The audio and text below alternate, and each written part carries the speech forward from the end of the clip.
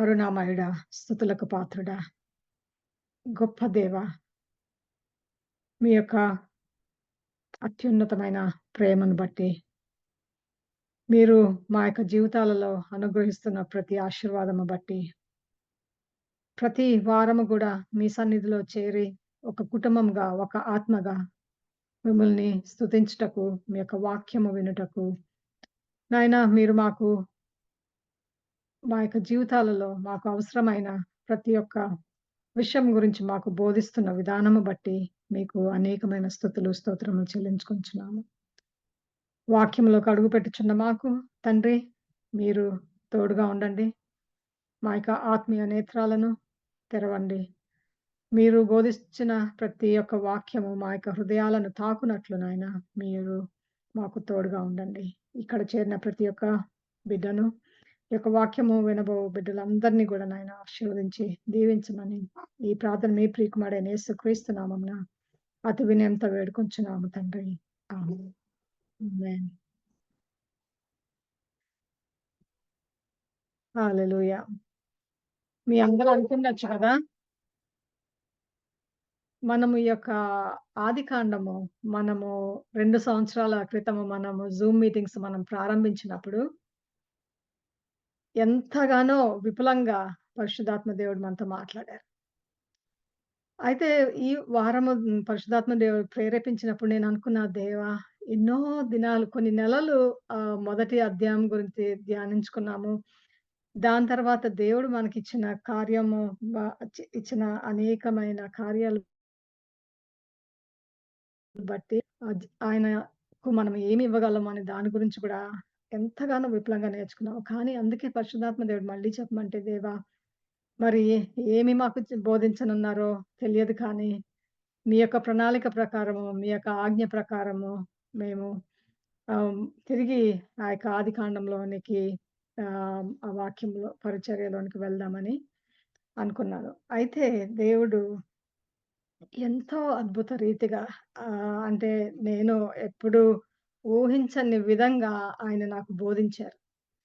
ఆయన నాకు బోధించినదే నేను ఈరోజు మీతో షేర్ చేసుకుందాం అనుకుంటున్నాను. అందుకు తిరిగి మనము ఆదికాండం మొదటి అధ్యాయంలోనికొచ్చాం. అయితే ఆదికాండంలో మొదటిగా మనకి ప్రారంభము ఎట్లా ఉంటదంటే, శూన్యము, చీకటి, అగాధ జలము. కొన్నిసార్లు అనిపిస్తది మన జీవితాలు గూడా అలాగే ఉన్నాయనిపిస్తది గదా!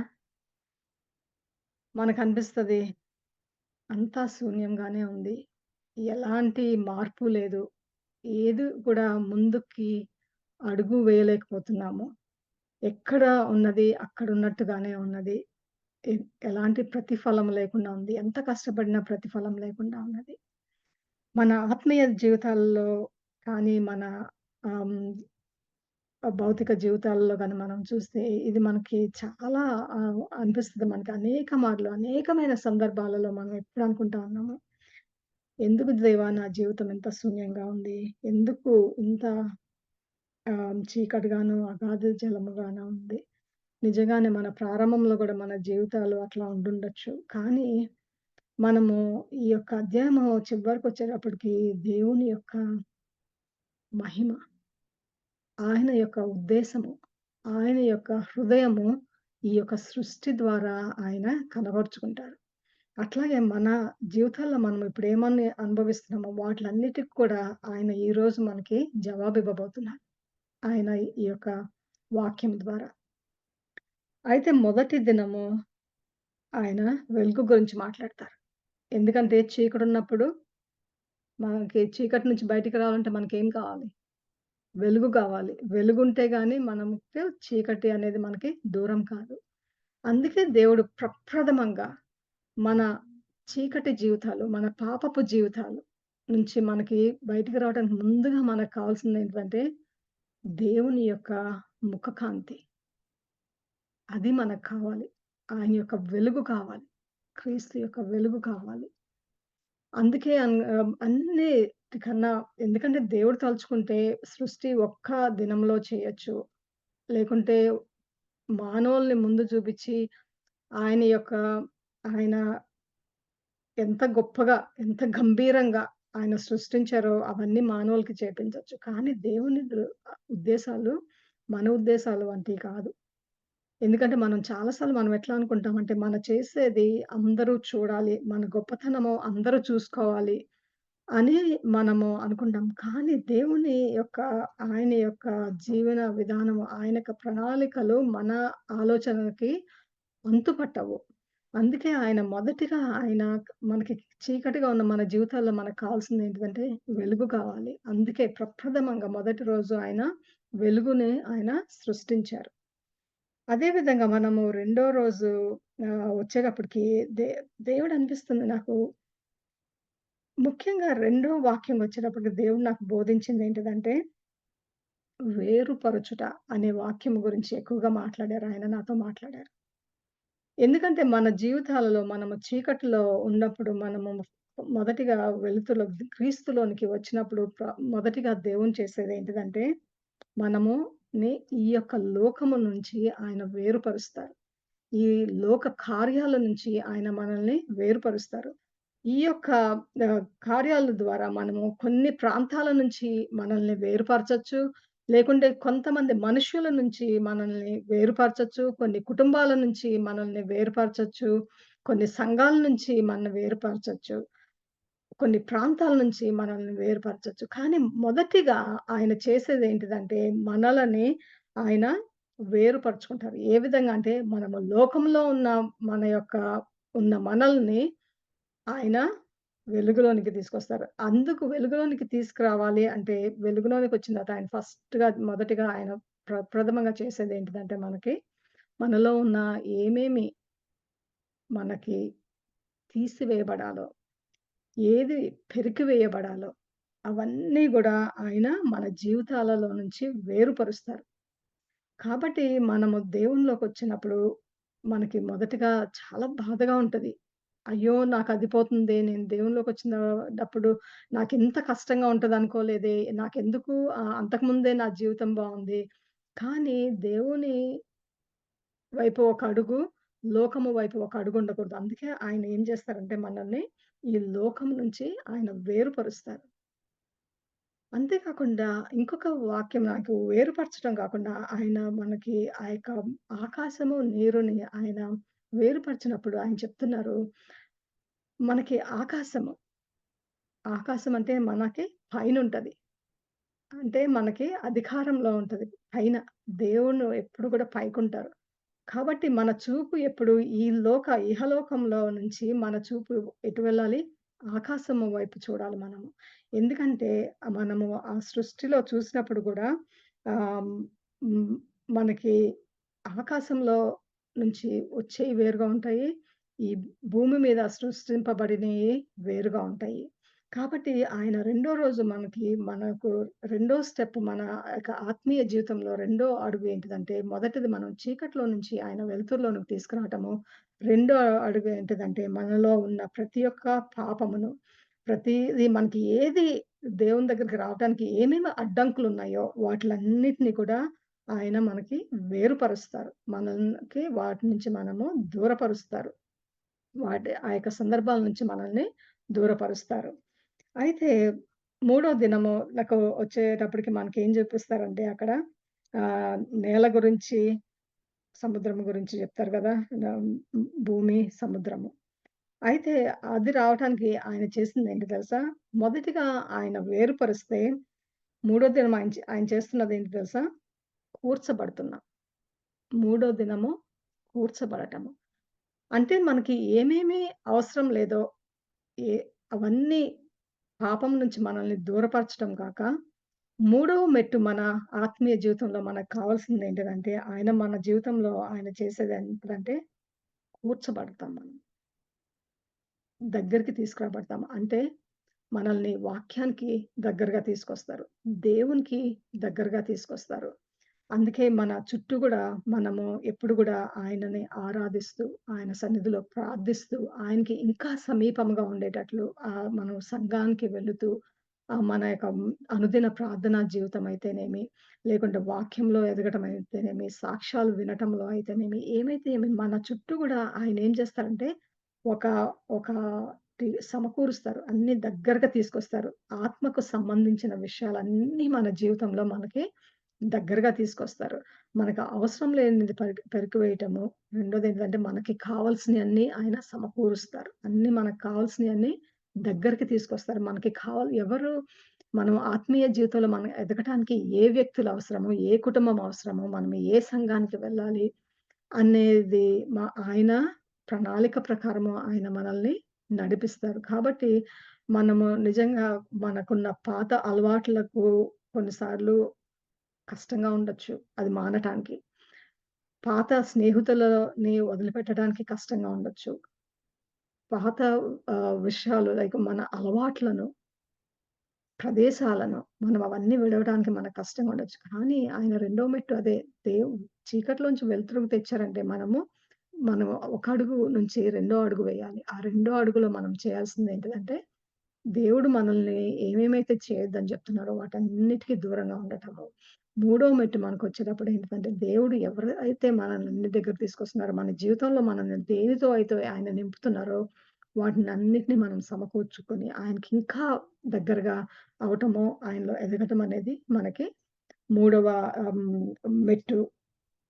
అయితే మనము నాలుగో మెట్టులో చూడండి మనం చూస్తే సూర్యుడు, చంద్రుడు, నక్షత్రాలు. మనమందరం అనుకోవచ్చు ఎందుకు ఈ సూర్యుడు, చంద్రుడు, నక్షత్రాలు ఆకాశంలో? నేనిందాక చెప్పా కదా! ఆకాశంలో దేవుని దృష్టిలో మనకి ఒక ఆయన సృష్టి వేరుంటది. అంటే ఆకాశంలో నుంచి మనకి వచ్చేవి వేరుంటాయి. అందుకే మనకిక్కడ చూడండి ఈ సూర్యుడు, చంద్రుడు, నక్షత్రాలు ఆయన పెట్టింది ఎందుకంటే ఆ యొక్క వాటిని దీన్ని బట్టి మనకి దినాలు, నెలలు లేకుంటే సంవత్సరాలు, కాలాలు, ఋతువులు ఇవన్నీ గూడా అంటే మన జీవితాలలో అనేకమైన సీజన్స్ ఉంటాయి గదా! అదే విధంగా మనకి ఎట్లా అయితే ఆయన ఈ యొక్క సూర్యచంద్రుల వల్ల ఎప్పుడైతే మనము ఉదయం లేసేటప్పుడు మనకి సూర్యుడు ఉంటారు. మనం నూతన దినము ప్రారంభించేటప్పుడు, అలాగే పడుకోవటానికి మనము వెళ్ళేటప్పుడు చంద్రుడు ఉంటాడు. అంటే అన్ని వేళల్లో గూడా పైనుంచి ఆ యొక్క వెలుతురు మనకు తప్పకుండా ఉంటది. ఆ యొక్క జ్యోతుల్ని ఆయన ఆకాశంలో పెట్టింది ఎందుకంటే, దినము పని చేసుకునేటప్పటికి మనకు కావాల్సిన ఎంత వెలుతురు అవసరమో అంత వెలుతురు ఉంటది. అయితే మనం విశ్రాంతి తీసుకునేటప్పుడు మనకి ఎంత తక్కువ వెలుతురు కావాలో అంత తక్కువ వెలుతురు మనకి ఉంటది. కానీ ఆయన యొక్క ఆ యొక్క వెలుతురు మాత్రము ఆ జ్యోతుల ద్వారా మనకి అనునిత్యము ఆయన ఇస్తూనే ఉంటారు. 24 గంటలు మనకుంటది. అటు సూర్యుడన్నా ఉంటాడు, ఇటు చంద్రుడన్నా ఉంటాడు. కాబట్టి ఆయన ఆ విధంగా ఆయన సృష్టించుకున్నారు.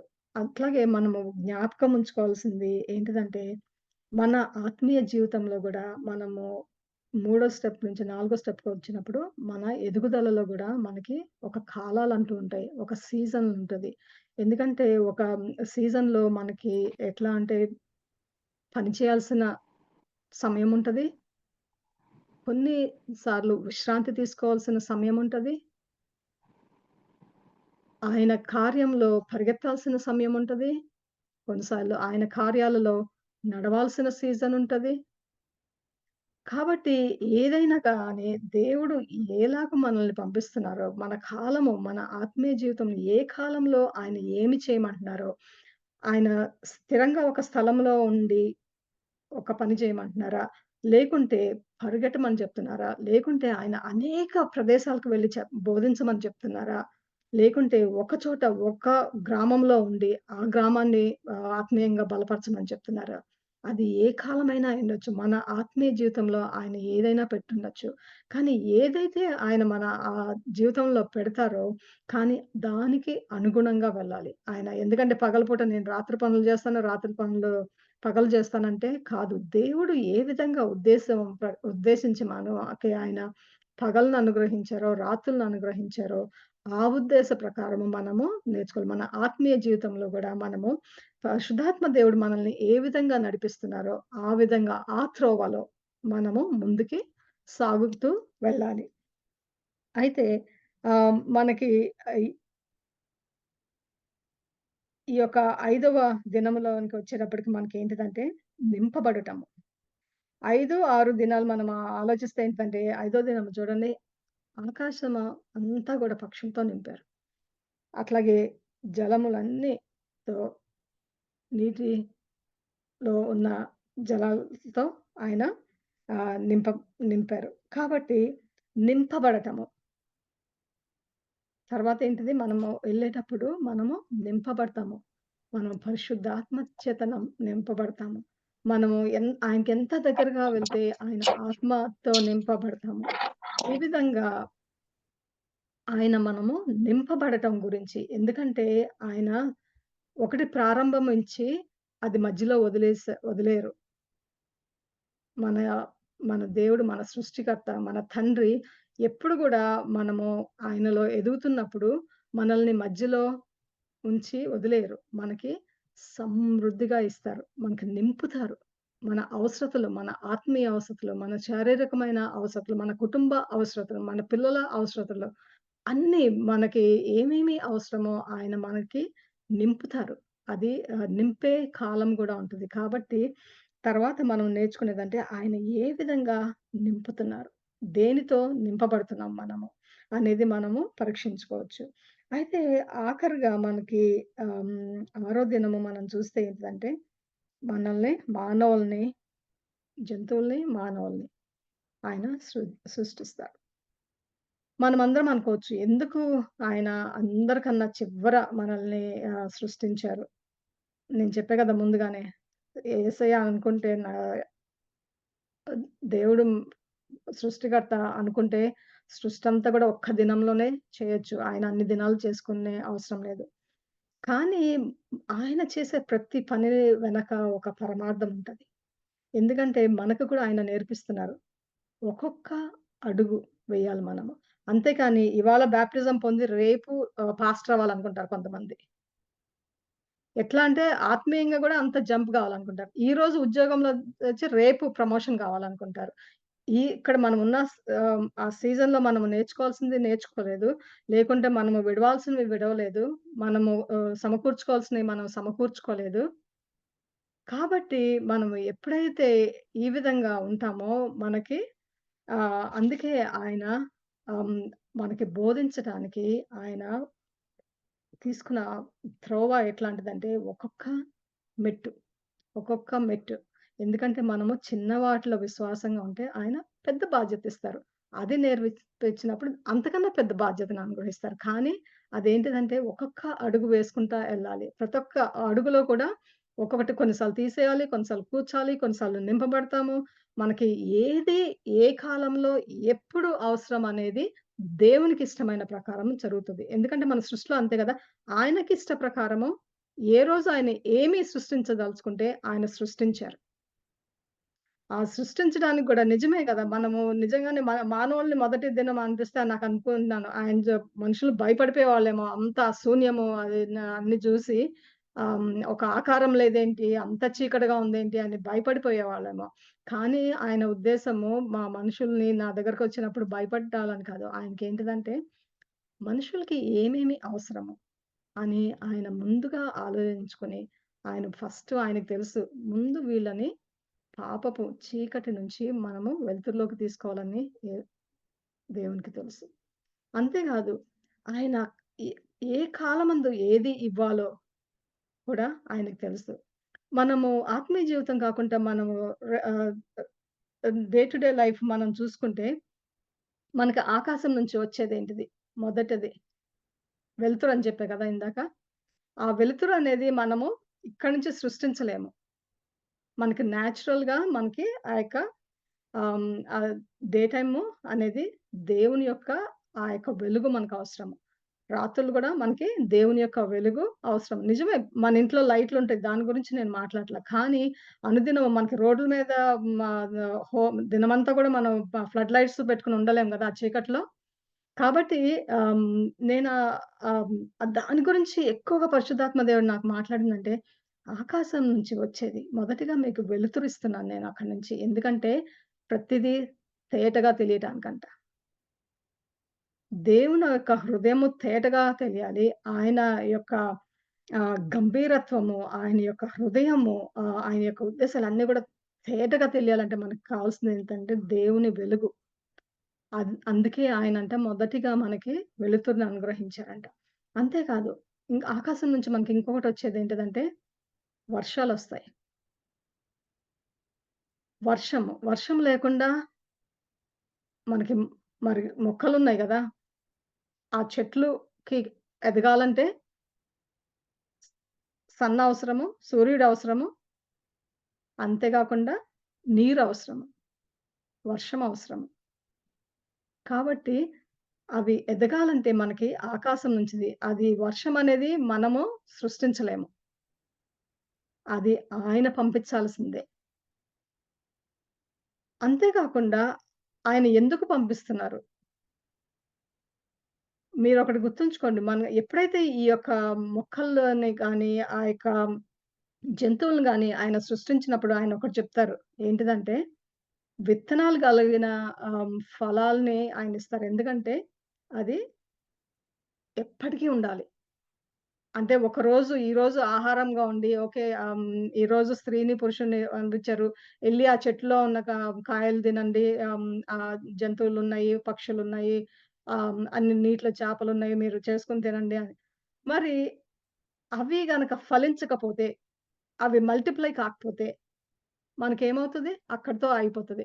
కానీ దేవుని ప్రొవిజన్ ఎప్పుడు కూడా మనం జ్ఞాపకం ఉంచుకోవాల్సిందేంటిదంటే, ఈ ఆయన మన జీవితంలోనికొచ్చి వచ్చినప్పుడు, ఆయన మనల్ని సృష్టించినప్పుడు ఆయన ఉద్దేశ్యం ఏంటిదంటే, మనకి ఎప్పుడు గూడా సమృద్ధిగా ఉండాలి. అందుకే ఆ యొక్క మొక్కలు వస్తానే ఉంటాయి. ఆ విత్తనాల ద్వారా మొక్కలొస్తానే ఉంటాయి. ఆ పండ్లులో ఉన్న విత్తనాలు మళ్ళీ నాటినప్పుడు మొక్కలు వస్తూనే ఉంటాయి. కాబట్టి ఆ యొక్క సృష్టి ఆగదు. ఆయన క్రియేట్ చేసిన ఆ యొక్క మొక్కలు గాని, జంతువులు గాని, మనుషులు గాని వాళ్ళు రీప్రొడక్షన్ లేకుండా ఆగదు. అది జరుగుతానే ఉంటది. అంటే మనుషులకి ఏది అవసరమో, ఆయనకి ఆహారం అవసరం అని తెలుసు. ఆహారం కావాలంటే మనకి నిజమే చెట్లను చూస్తే మనకు చాలా ఆశ్చర్యమేస్తుంది. మనుషులకి చెట్లు అవసరము. ఎందుకంటే దానిలో నుంచి వచ్చే మనకు ఆక్సిజన్ మనకు అవసరము. అది మనము తినటానికి మనకి అవసరము. జంతువులు తినటానికి ఆ యొక్క మొక్కలు యొక్క అవసరత ఉంటది. అందుకే అనుకుంటా ఆయన మొదటిగా ఆహ్, హ్మ్, ఆ యొక్క మొక్కలు నే వెజిటేషన్ అనేది ఫస్టొస్తది. యానిమల్స్‌కిను, మనుషులకి ముందు. ఎందుకంటే మన యానిమల్స్‌కి గాని, మనుషులకి గాని కావాల్సింది పశువులకు గాని, పక్షులకు గూడా ఏం కావాలి? ఆ యొక్క విత్తనాలు గావాలి. చిన్న చిన్న బర్డ్స్ కూడా ఏముంటది? ఆ యొక్క పువ్వుల్లో ఉన్న తేనె తాగుతాయి. కాబట్టి ఏ విధంగా చూసుకున్నా ఆ యొక్క మొక్కలనేది మనకి చాలా అవసరము. అందుకే అనిపిస్తది ఆయన మనకి ఇచ్చింది ఆ వెజిటేషన్. ఆ యొక్క ఫలాలు.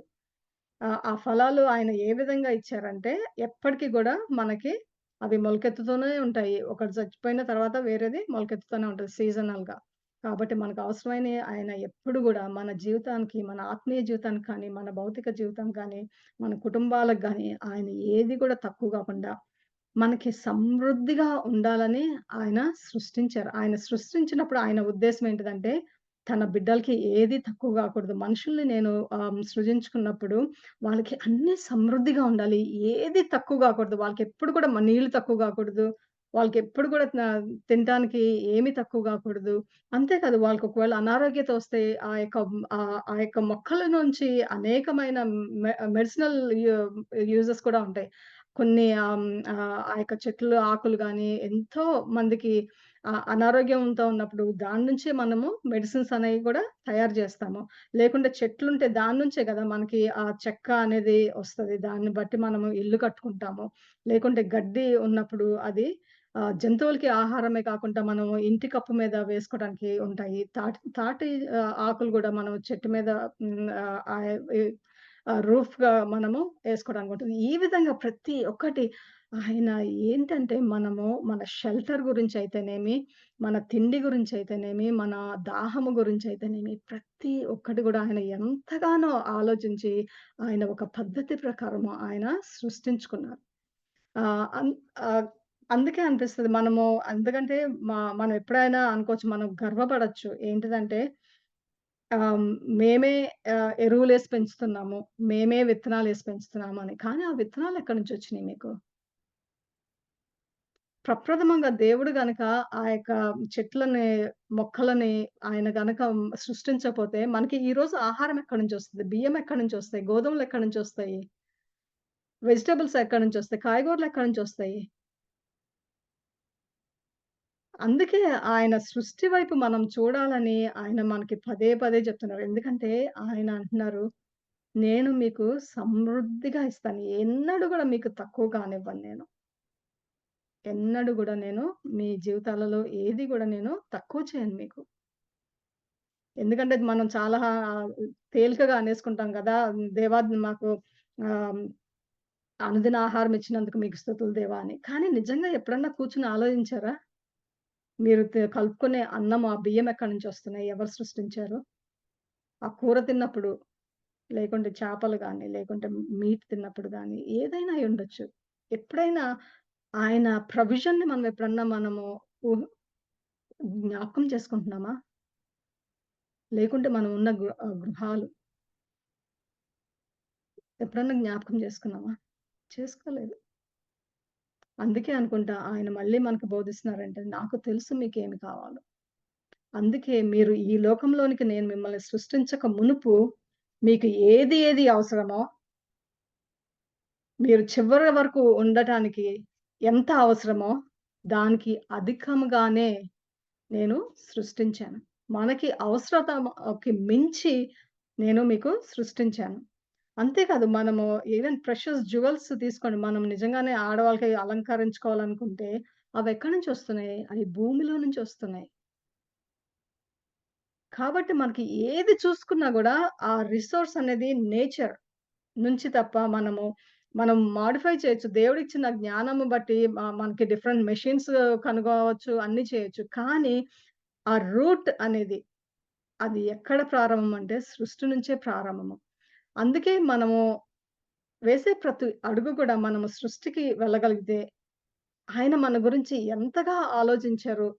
దేవుడు మన గురించి మానవుల గురించి ఎంతగా ఆలోచించారు అని మనము నిజంగా మనల్ని మనము ఒ ఒక చోట కూర్చొని ఈ వాక్యము పదే పదే చదువుకొని ధ్యానించుకుంటే మన దేవుడి మీద మన యొక్క పర్స్పెక్టివ్, మనము ఈ లోకంలో ఎందుకు ఉన్నాము అన్న పర్స్పెక్టివ్, ఆ యొక్క ఉద్దేశాలన్నీ గూడా మారతాయి మనకి. నాకు నిజంగా ఈ వాక్యం ఆయన నాతో మాట్లాడుతుంటే నాకు చాలా ఆశ్చర్యం అనిపించింది. నిజమే దేవా! నేను ఎప్పుడు గూడా మనము అవును దేవుడు మనకి ఇవన్నీ సృష్టించారు. ఆయన ఎంత గొప్ప ఆయన భూమి ఆకాశంలో సృష్టించిన దేవుడు. వాటినన్నిటిని నింపబడ్డారు. ఎందుకంటే ఏది గూడా ఆయన శూన్యం చేయటానికి ప్రారంభించలేదాయన. ఇ ఇది సృష్టి ప్రారంభించినప్పుడు అంతా ఎంప్టీగా ఉండటానికి, మళ్ళీ అదే శూన్యము, అదే అగాధములో ఉండటానికి ఆయన చేయలేదు. అందుకే అన్నీ ఆకాశమైతేనేమి, నీళ్ళైతేనేమి, భూమైతేనేమి ప్రతి చోట గూడా అవి నింపబడ్డాయి. అంతే గాకుండా ఎందుకంటే మానవుడనే వాళ్ళకి కొంతకాలమే బతుకుంటాం గాబట్టి, అది మల్టిప్లై అవ్వాలి గాబట్టి ఆయనేమంటారు ఆయన ఇచ్చిన ఆశీర్వాదం జూడండి. జలములను గూడా ఆయన ఫలించమని, అభివృద్ధి చెందమని ఇస్తారు. కానీ మరి మనుషులకొచ్చేటప్పటికి ఆయనేమంటారంటే, నరులు అంట మొదటిగా మనము చాలా స్పెషల్‌గా ఫీల్ అవ్వాల్సింది ఏంటిదంటే, ఆయన తన స్వరూపంలో చేసుకున్నారు మనల్ని. అది ఇంకా పెద్ద బోనస్ కదా! అన్నీ ఇచ్చింది చాలక మనము ఆయన స్వరూపంలో అంటే ఏంటిదంటే, ఆయన గుణగణాలు మనకి అనుగ్రహించారు. ఆహ్, అందుకే ప్రతి ఒక్క మనిషిలో గూడా ఆ యొక్క కాన్షియస్ అనేది ఉంటది గదా! ఎందుకంటే ఆయన, ఆయన ఊపిరితో, ఆయన చేతులతో మనల్ని చేసుకునే ఆయన స్వరూపంలో మనల్ని ఆయన తమ పోలిక యందు, తమ పోలిక యందు ఆయన మనల్ని సృష్టించుకున్నారు. ప్రతి ఒక్క బిడ్డలో గూడా దేవుని యొక్క గుణగణాలుంటాయి. కాపోతే ఏంటిదంటే మన పాపపు జీవితం వల్ల ఆ యొక్క దేవుని యొక్క గుణాలు కిందకు వెళ్తా ఉంటాయి. మన యొక్క పాపపు జీవితము డామినేట్ అయ్యి ఈరోజు మనము ఏంటి అనేది మనం దేవునిగా వలె ఆయన పోలిన వలె ఉండొచ్చు. ఆయన కృప అంతగా ఉంది. ఎందుకంటే ఆయనకిష్టపడి ఆయన రూపంలో, ఆయన స్వభావము ఇచ్చి మనకి ఆయన సృష్టించుకున్నారు. అందుకే ఈరోజు ఆయనేం చెప్తున్నారంటే, నేను ఎందుకు మిమ్మల్ని సృష్టించుకున్నాను? మీకు ఏమేమి ఇవ్వాలని సృష్టించుకున్నాను? నేనెంతగా ప్రేమించాను మిమ్మల్ని. మీకేది తక్కువ గావద్దు. మీకు అవసరమైనన్ని ఎప్పటికి గూడా చివరి వరకు మొదటి దినం నుంచి చివరి వరకు ఎప్పుడైతే ఆయన మనకి ఊపిరిస్తాడో, మనం ఈ లోకంలోనికొస్తామో, ఎప్పుడైతే ఆత్మీయంగా మరి ఆయన దగ్గరకొస్తామో, అప్పటి నుంచి మనము తిరిగి ఆయన దగ్గరికి వెళ్ళే వరకు కూడా ప్రతి నిత్యము మన ఆత్మీయ జీవితంలో కావాల్సినవన్నీ మనకిస్తారు. మనకి అవసరం లేనివన్నీ తీసేస్తా ఉంటారు.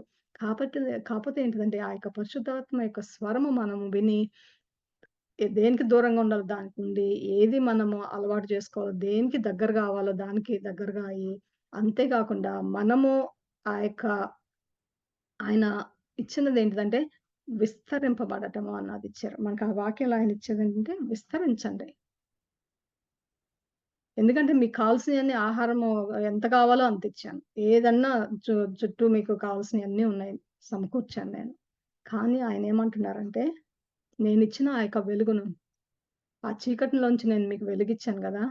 ఆ యొక్క వెలుగు మనకి ఒక బాధ్యతను అనుగ్రహించారు.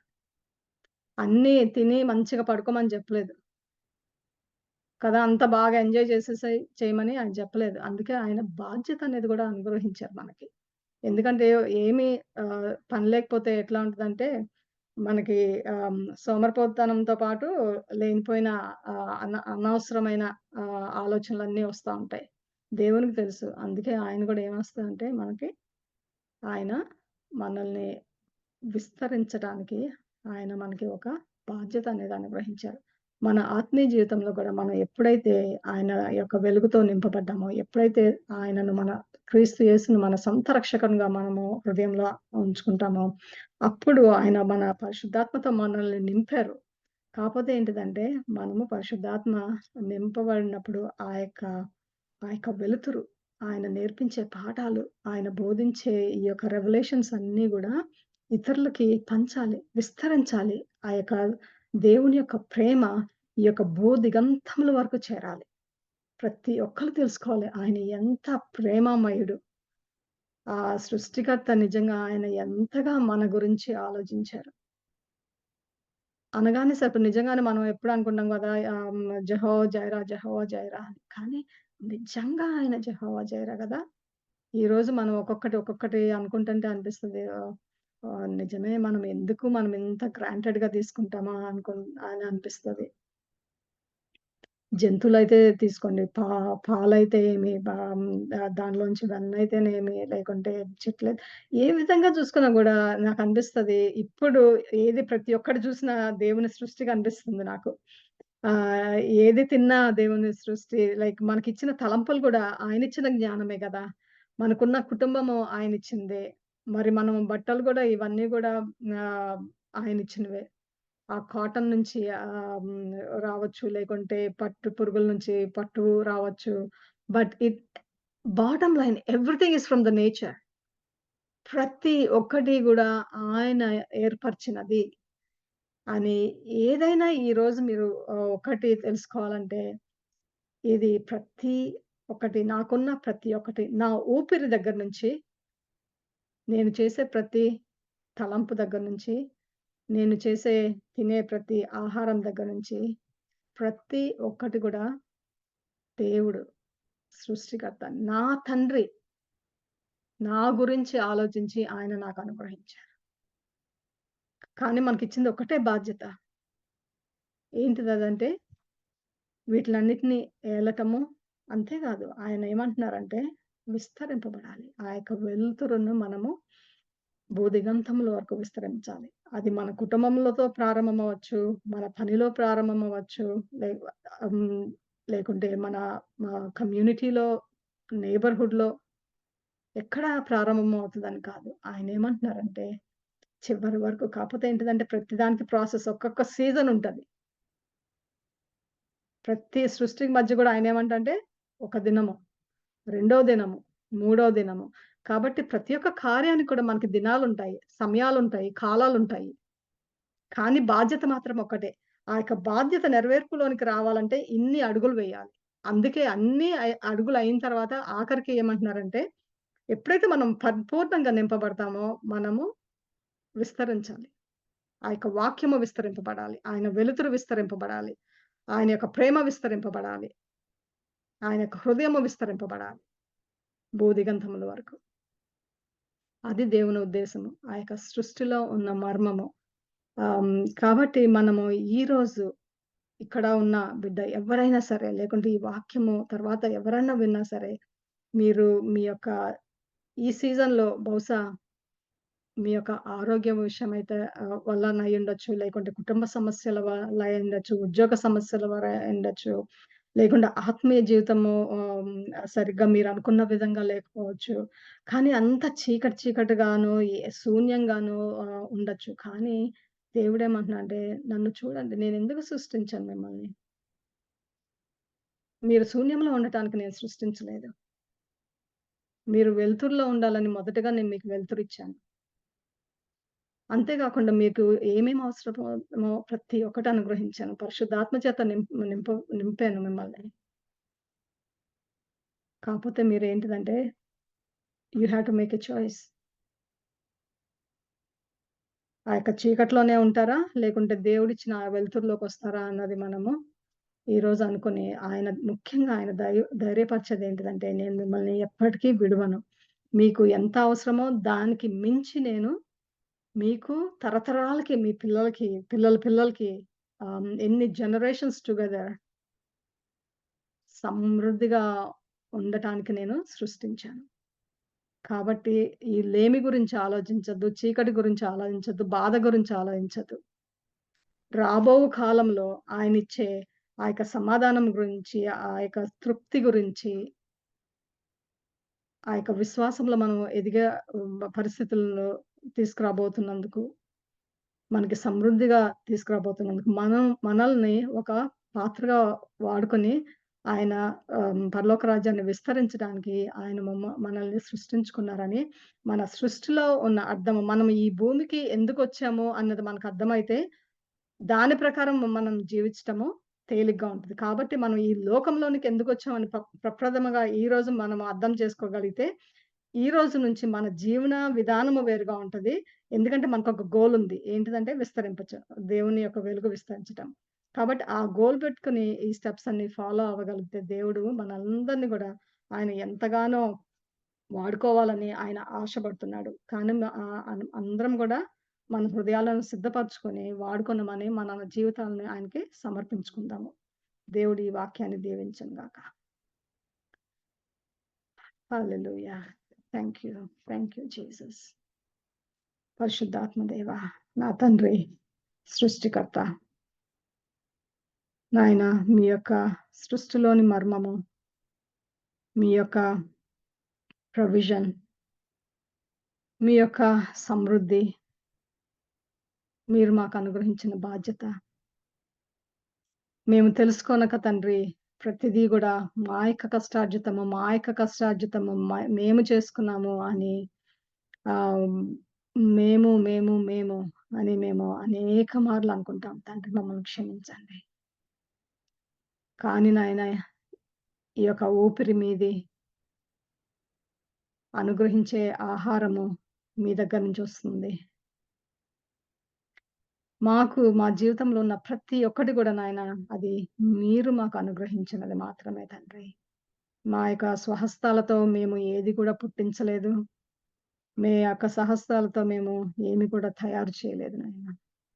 కేవలము మీరు మాకు అనుగ్రహించిన ప్రతి ఒక్కటి గూడా నాయనా, మరి అది మేము అనుభవిస్తూ మంచి జీవితం అనుభవిస్తూ, మిమ్మల్ని పక్కన పెట్టి, ఆ యొక్క ఆనందంలో, ఈ యొక్క జీవితాలను అనుభవించటంలో నాయనా, మేము మిమ్మల్ని మరచి తండ్రి, మరి ఈ లోకంలో ఉంటున్నందుకు మమ్మల్ని క్షమించండి తండ్రి. ప్రభువా, గొప్పగా నేర్పించారు నాయనా తండ్రి. ఈ యొక్క దినము నాయనా, మా యొక్క ప్రతి ఒక్క హృదయాలు గూడా నాయనా, మమ్మల్ని మేము పరీక్షించుకునే దినము. నాయనా, మరి మీ యొక్క ఉద్దేశము, మీ యొక్క ప్రణాళిక బట్టి తండ్రి, మరి మేము మీకిష్టమైన రీతిలో మీరు మాకు ఎందుకైతే ఈ లోకంలోనికి తీసుకొచ్చారో నాయనా, ఆ యొక్క విధంగా మేము జీవించుటకు తండ్రి, తిరిగి నాయన మమ్మల్ని ఆ యొక్క చీకటిలో నుంచి నాయన, శూన్యంలో నుంచి, అగాధ జనము నుంచి నాయన తండ్రి, మీ యొక్క వెలుతురులోనికి మమ్మల్ని తీసుకొని రండి తండ్రి.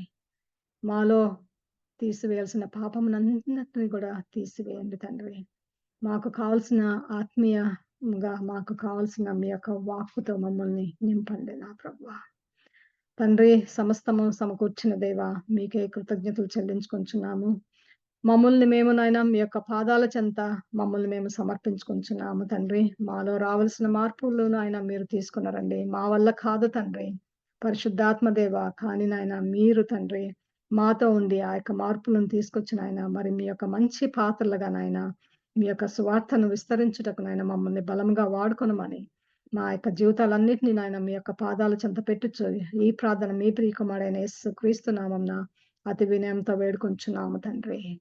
ఆమేన్. ఆమేన్. ప్రభువైన యేసుక్రీస్తు కృపయు, దేవుని ప్రేమయు, పరిశుద్ధాత్మ సహవాసమును మీకందరికీ తోడయుండును గాక. Amen. Amen. God bless you all. God bless you.